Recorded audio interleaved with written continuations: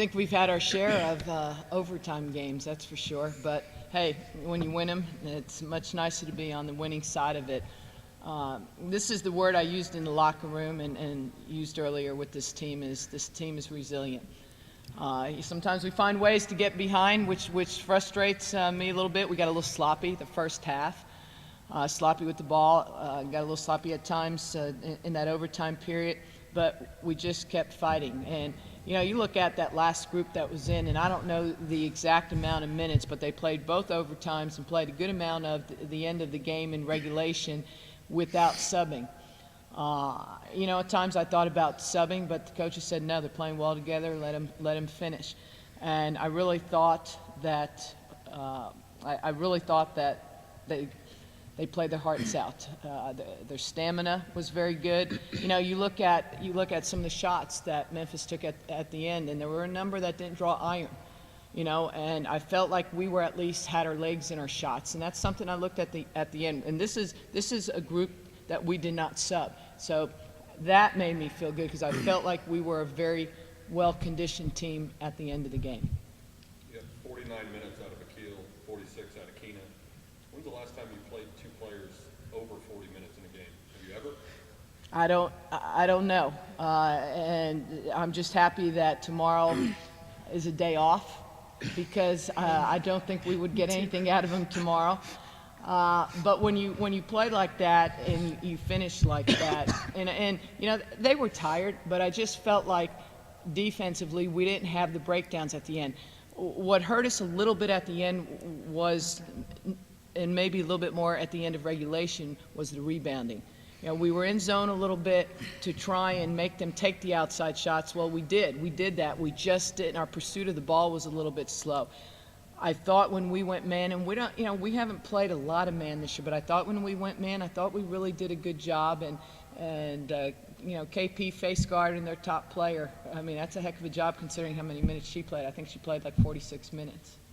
You said Saturday you wanted offense from people other than Akil and Keena.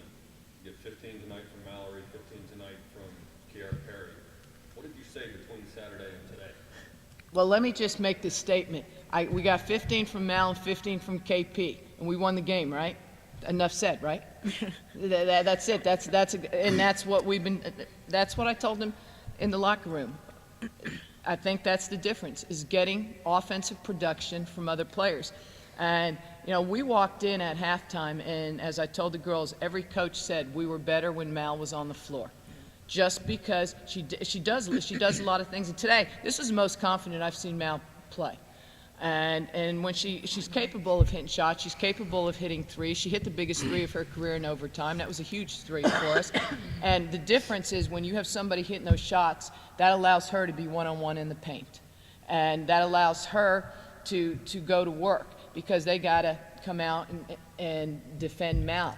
And that's kind of where we've been trying to get Raven to knock down some of those shots so that they can't double team Akil down there. So you don't realize just how big something like that is hitting a couple outside shots from your four player. Mal, you hit these two threes tonight, 15 points. Are you now the designated long shooter? Are you looking for your three more now?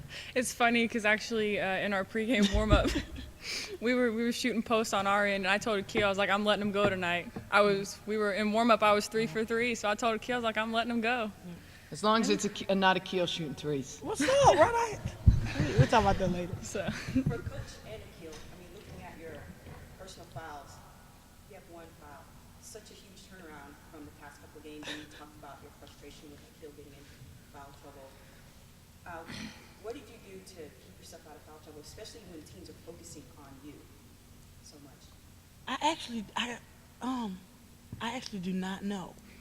But when we went in the locker room and Coach started talking and Coach Deneen was sitting next to me, and I looked at the minutes and then I looked at my fouls and I said, wait, I had to stop Ronda, and I said, Ronda, I had one foul in 50 minutes. So I was proud of myself. I don't know how. I don't think I stopped being as aggressive as I have been. I think I just stopped getting the unnecessary fouls, which was the difference. It's no question we have to have Akil on the floor. She's a presence in the paint offensively. She's a person we look to, and rebounding wise, she's always around the basketball. Her pursuit of the basketball is very good. And I'll echo what she says, and quite honestly, she just played smarter.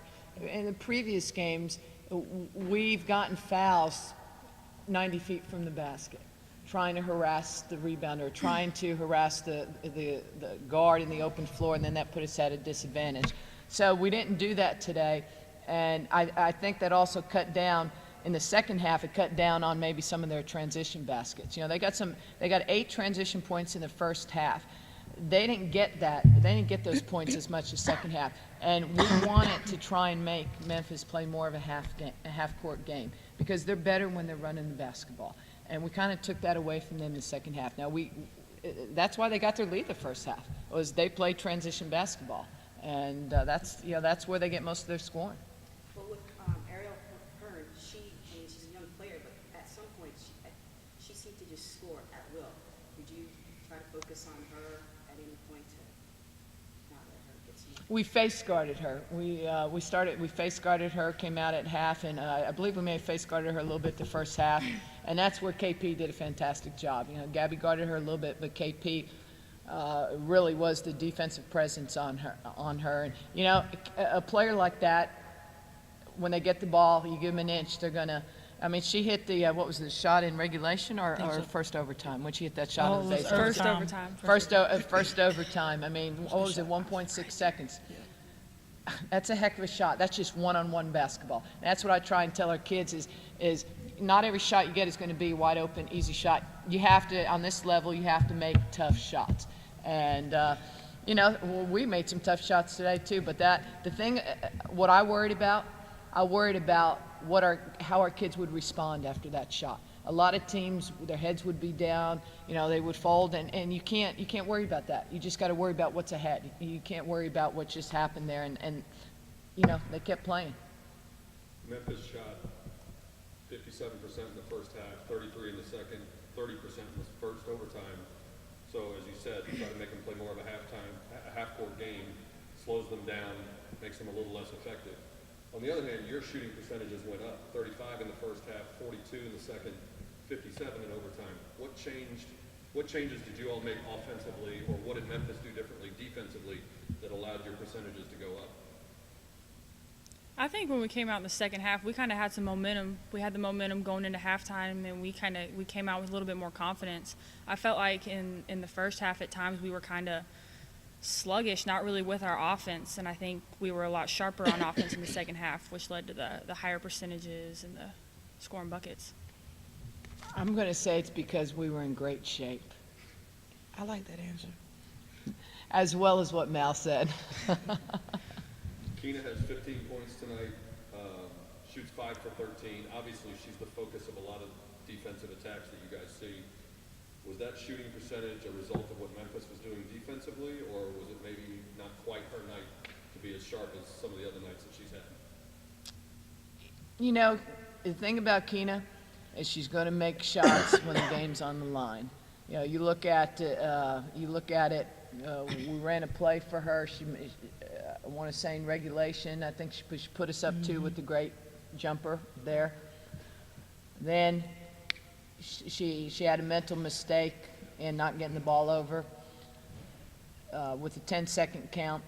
But then she comes back, makes a play in transition, and gets a 3-point play. So she's always a threat to make plays, but that's the key to us is we must have offensive production from other players for us to win ball games, because teams are going to defend, they're going to trap, they're going to double team her. Sometimes we use her try and use her as a decoy. We got to get her to get out of the habit of holding the ball too long, but on the other hand, she has to have outlets when they double her and trap her, where our outlets have got to make themselves available. Last question. What do you guys do to recover from, other than a day off, what do you do to recover from all the miles you put on today? Cold tub. Cold tub. Cold Yes. tub and a lot Lay of in the resting. bed. A lot of resting. Yes. I will shoot free throws tomorrow, though. I will shoot free throws too. We're going to rebound for each other. Okay. Thank you, guys. Thanks, guys. Thank